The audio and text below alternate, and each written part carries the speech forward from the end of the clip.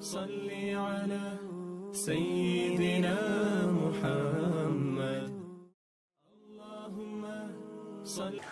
السلام علیکم ورحمۃ اللہ وبرکاتہ. استقبال ہے رحمت عالم صلی اللہ علیہ وسلم کی 60ویں قسط میں. آج کی اس قسط میں ہم جانیں گے کہ کس طرح ایک قاتل غلام بن گیا. ناظرین، بدر میں قریش کی شکست کی خبر جو پہنچی تو تمام مکے میں شور ماتم سے ہل گیا. ہر شخص متاثر اور ملول اور رنجیدہ تھا. ہر طرف اس جنگ کی باتیں اور تذکرے ہوتے. اس ہزیمت کا سب کو انتہائی ملال تھا. وہب کا بیٹا عمیر حضور صلی اللہ علیہ وسلم اور مسلمانوں کی دشمنی میں پیش تھا. وہ اور اس کا دوست صفوان بن امیہ دونوں مکے میں ایک جگہ بیٹھ کر گفتگو کر رہے تھے. ان کی گفتگو کیا تھی؟ دردناک نوحہ تھا. صفوان نے کہا، اللہ کی قسم ان کے بعد جینے میں کوئی لطف نہیں. یعنی بدر میں جو لوگ قتل ہو گئے ان کے بعد جینے میں کوئی لطف نہیں. جواب میں عمیر نے کہا، سچ کہا تم نے صفوان. دیکھو اللہ کی قسم اگر میرے اوپر قرض نہ ہوتا جس کی ادائیگی کے لیے میرے پاس کچھ نہیں، اور اہل و عیال نہ ہوتے جن کے بارے میں اندیشہ ہے کہ میرے بعد ضائع ہو جائیں گے، تو میں سوار ہو کر محمد صلی اللہ علیہ وسلم کے پاس جاتا اور اسے قتل کر ڈالتا. نعوذ باللہ. کیونکہ میرے لیے وہاں جانے کی ایک وجہ موجود ہے. میرا بیٹا ان کے ہاں قید میں ہے. صفوان نے صورتحال کو غنیمت سمجھتے ہوئے کہا، اچھا چلو تمہارا قرض میرے ذمے ہے، میں اسے تمہاری جانب سے ادا کر دوں گا، اور تمہارے اہل و عیال میرے اہل و عیال ہیں. جب تک وہ موجود رہیں گے میں ان کی دیکھ بھال کرتا رہوں گا. ایسا نہیں ہو سکتا کہ میرے پاس کوئی چیز موجود ہو اور ان کو نہ ملے. مجھ پر اعتبار کرو عمیر.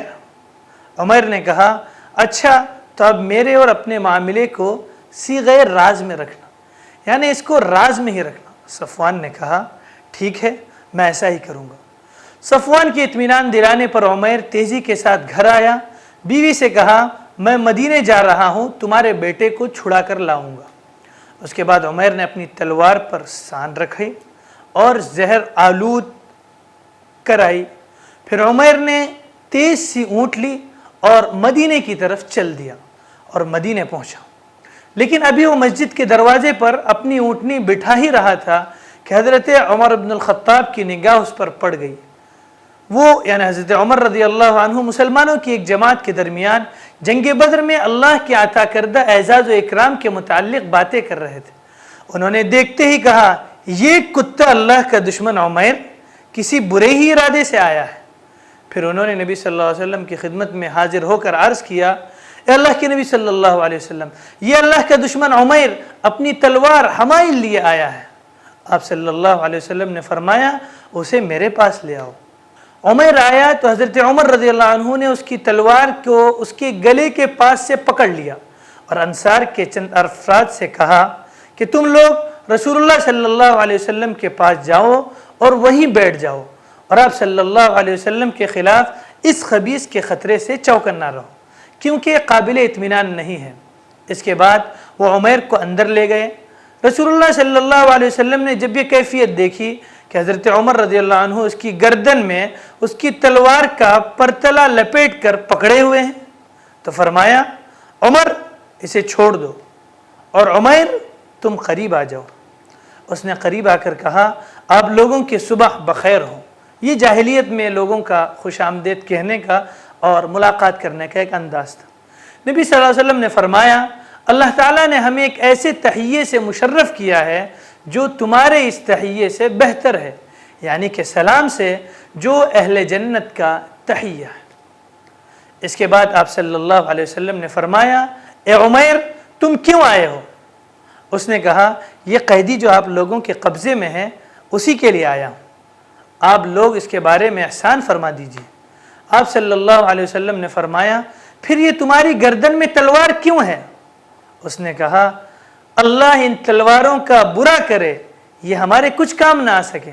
آپ صلی اللہ علیہ وسلم نے فرمایا، سچ سچ بتاؤ کیوں آئے ہو؟ اس نے کہا، بس صرف اسی قیدی کے لیے آیا ہوں.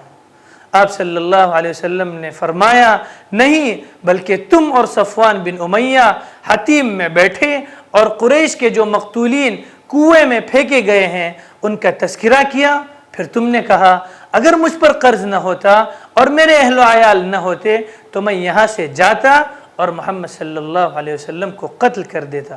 اس پر صفوان نے تمہارے قرض اور اہل و عیال کی ذمہ داری بشرطے کہ تم مجھے قتل کر دو تم نے قبول کر لی، لیکن یاد رکھو کہ اللہ میرے اور تمہارے درمیان حائل ہے۔ حضور صلی اللہ علیہ وسلم کا جواب سن کر عمیر کو پسینہ آ گیا۔ اسے بڑی حیرت ہوئی کہ اس مشورے میں صفوان اور میرے سوا کوئی دوسرا شریک نہ تھا۔ خود میرے عزیزوں، دوستوں اور گھر والوں تک کو اس سازش کی خبر نہ تھی۔ یہ مشورہ ہم دونوں نے انتہائی رازداری کے ساتھ کیا تھا، مگر حضرت محمد صلی اللہ علیہ وسلم کی بات کو، مکے کی بات کو مدینے میں رہ کر ظاہر کر دینا یقیناً اس بات کی دلیل ہے کہ اللہ تعالیٰ نے آپ کو اطلاع دی ہے۔ عمیر کے سامنے حق واضح ہو چکا۔ عمیر کی طبیعت میں ضد اور ہٹ درمی نہ تھی، فوراً اٹھے اور پرجوش انداز میں کہا میں گواہی دیتا ہوں کہ آپ صلی اللہ علیہ وسلم اللہ کے رسول ہیں۔ اللہ کے رسول صلی اللہ علیہ وسلم، آپ ہمارے پاس آسمان کی جو خبریں لاتے تھے اور آپ صلی اللہ علیہ وسلم پر جو وحی نازل ہوتی تھی اسے ہم جھٹلا دیا کرتے تھے، لیکن یہ تو ایسا معاملہ ہے جس میں میرے اور صفوان کے سوا کوئی موجود ہی نہ تھا، اس لیے واللہ مجھے یقین ہے کہ بات اللہ کے سوا اور کسی نے آپ صلی اللہ علیہ وسلم تک نہیں پہنچائی۔ بس اللہ کی حمد ہے جس نے، اللہ ہی کا شکر ہے جس نے مجھے اسلام کی ہدایت دی اور اس مقام تک مجھے لا کر پہنچا دیا۔ پھر عمیر نے کلمہ حق کی شہادت دی اور رسول اللہ صلی اللہ علیہ وسلم نے صحابہ کرام رضوان اللہ علیہم اجمعین کو مخاطب کر کے فرمایا اپنے بھائی کو دین سمجھاؤ، قرآن پڑھاؤ اور اس کے قیدی کو آزاد کر دو۔ ادھر مکے میں صفوان لوگوں سے کہتا پھر رہا تھا کہ خوشخبری سن لو کہ چند ہی دنوں میں ایک ایسا واقعہ پیش آئے گا جو بدر کے مصائب کو بھلوا دے گا۔ ساتھ ہی وہ آنے جانے والوں سے عمیر کی بابت پوچھتا بھی رہتا۔ بالآخر اسے ایک سوار نے بتایا کہ عمیر مسلمان ہو چکا ہے۔ یہ سن کر صفوان نے قسم کھائی کہ اس سے کبھی بات نہ کرے گا اور نہ کبھی اسے نفع پہنچائے گا۔ ادھر عمیر نے اسلام سیکھ کر مکے کی راہ لی اور وہیں مقیم رہ کر اسلام کی دعوت دینی شروع کی۔ ان کے ہاتھ پر بہت سے لوگ مسلمان ہوئے اور یوں قاتل غلام بن گیا۔ ناظرین، اس کے بعد ہم مختصر جانیں گے کہ سن 2 ہجری میں اور کیا واقعات پیش آئے۔ سن 2 ہجری میں رمضان کا روزہ اور صدقہ فطر فرض کیا گیا اور زکوٰۃ کے مختلف نصابوں کی تفصیلاً تعین کی گئی۔